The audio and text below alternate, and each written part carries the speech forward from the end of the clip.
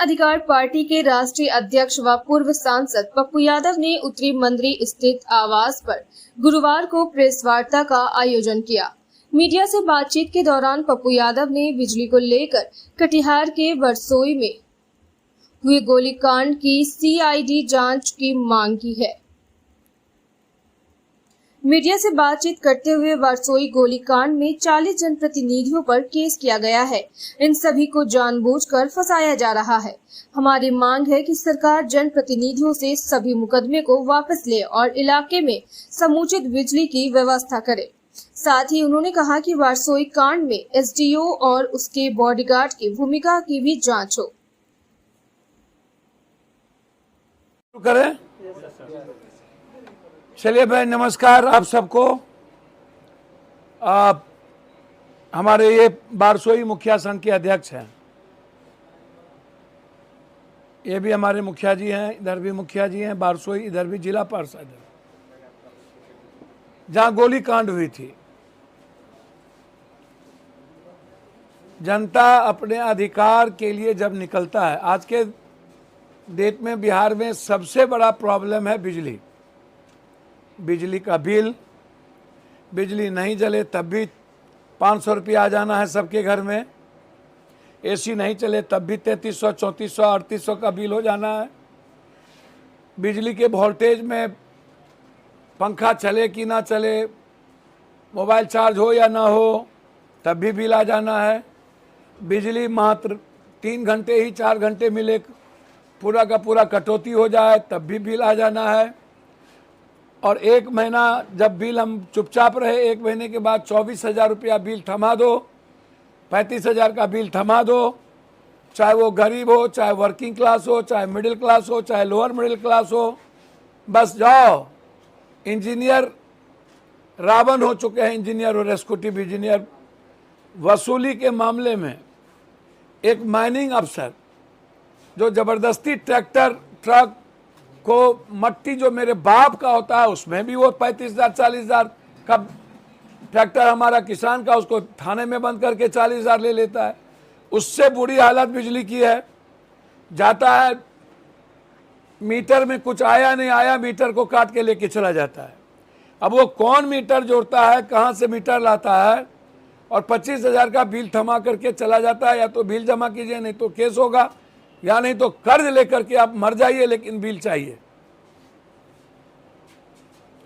ये जो सरप्लस बिजली की बात हिंदुस्तान में होती है, मोदी जी कभी उस देश कभी उस देश, हमारा बिहार में तू नटवा, तोरा बिहार में हम नटवा। गांव में नौते न भिलाई में नौता। सबसे ज्यादा गरीब प्रदेश बिहार, और लगातार हम बिजली की आत्मनिर्भरता की बात करते हैं, और हम दूसरे कंट्री से बिजली की उम्मीद करते हैं। तो ये जो 8 रुपये से ऊपर जो आप लगातार बिजली का आप ले रहे कर उठाए हुए हैं, जो कि अन्य जगहों पर 5 रुपये से नीचे की। अब आप हमको एक बात बताइए कि 12 घंटा, 14 घंटा, 18 घंटा गांव में आप किसान को बिजली देने की बात कर रहे हैं, रात में गांव के लोगों को बिजली नहीं मिलती है। गर्मी में सोते हैं, अंधकार में सांप काट लेगा, बाढ़ आ रहा है और बिजली कहीं नहीं है। तो हम सरकार से आग्रह करेंगे कि कम से कम किसान को तो छोड़िए, कम से कम आम आदमी को 24 घंटे में कम से कम आप 16 घंटा, 17 घंटा, 15 घंटा तो बिजली देंगे। और मूल्यांकन करिए हमारे बिल का। बिजली को लेकर के आम आदमी, आम जनता पर बोझ नहीं पड़नी चाहिए। और जो गरीब का क्लास है और लोअर मिडिल क्लास है, खास तौर पर जो जिसकी इनकम बहुत कम है, पर कैपिटा इनकम 6,000 से भी कम है, 6,000 से ऊपर नहीं है।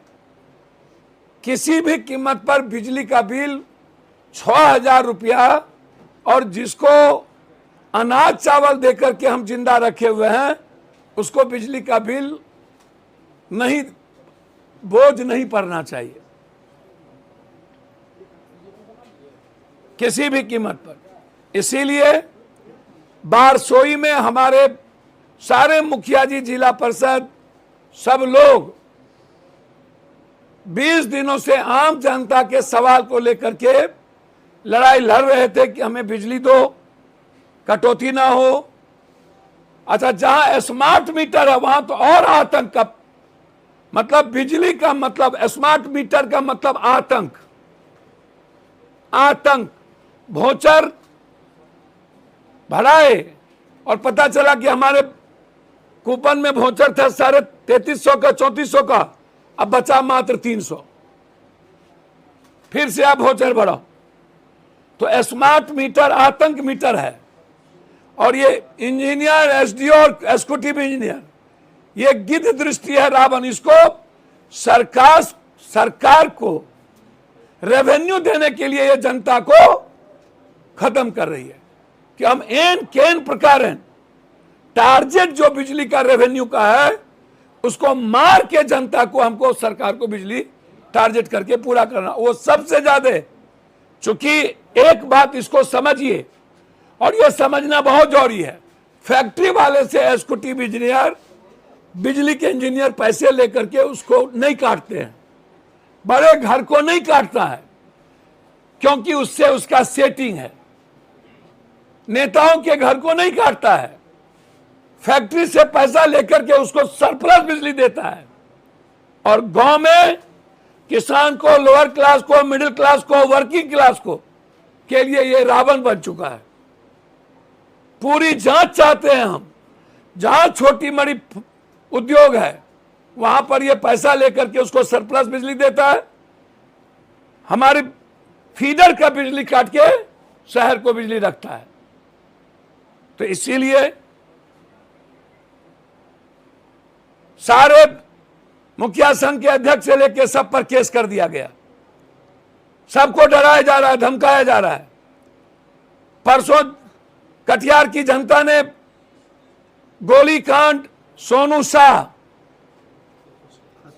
खुर्शीद और नियाज, इनके खिलाफ पूरी कटिहार की जनता सपोर्ट की, और हमारे जनप्रतिनिधि पर, मुखिया, जिला परिषद से लेकर सब पर 46 लोगों पर केस किया गया और अन्य 1500 दिया गया।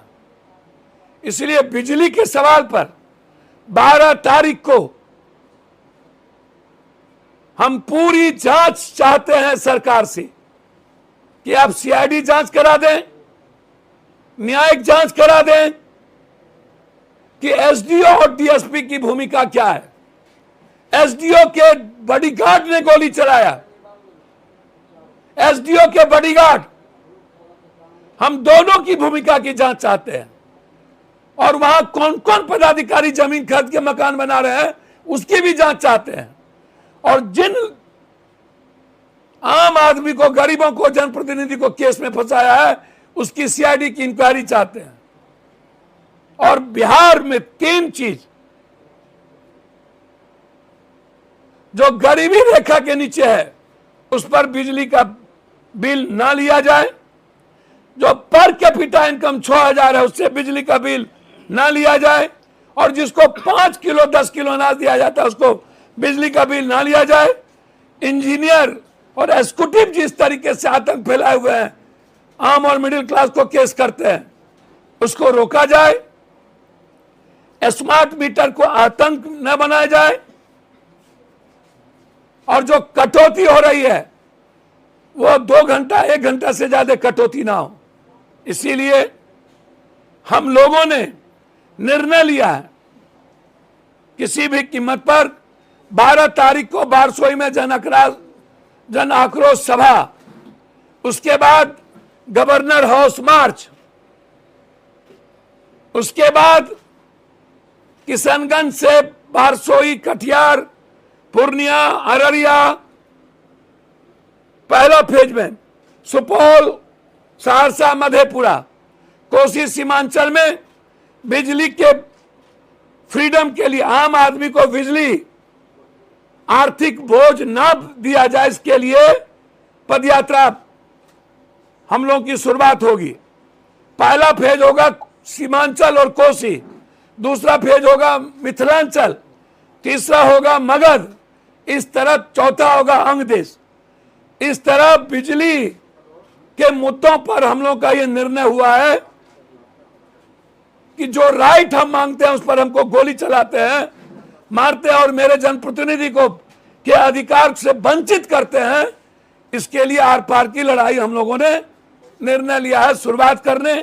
सरकार से मांग करते हैं कि हमारी पूरी प्रकरण की, बारसोई के पूरी प्रकरण की सीआईडी से जांच कराई जाए। दूसरा एक छोटा मुद्दा, आज एक बिल पेश हुआ है राज्यसभा में। मैं तो पहले से कह रहा हूं कि डेमोक्रेसी खत्म हो रही है। पूरा का पूरा 2024 के बाद चुनाव होगी ही नहीं, आतंक का माहौल है। आज एक बिल पेश हुआ जिसमें पीएम मनोनीत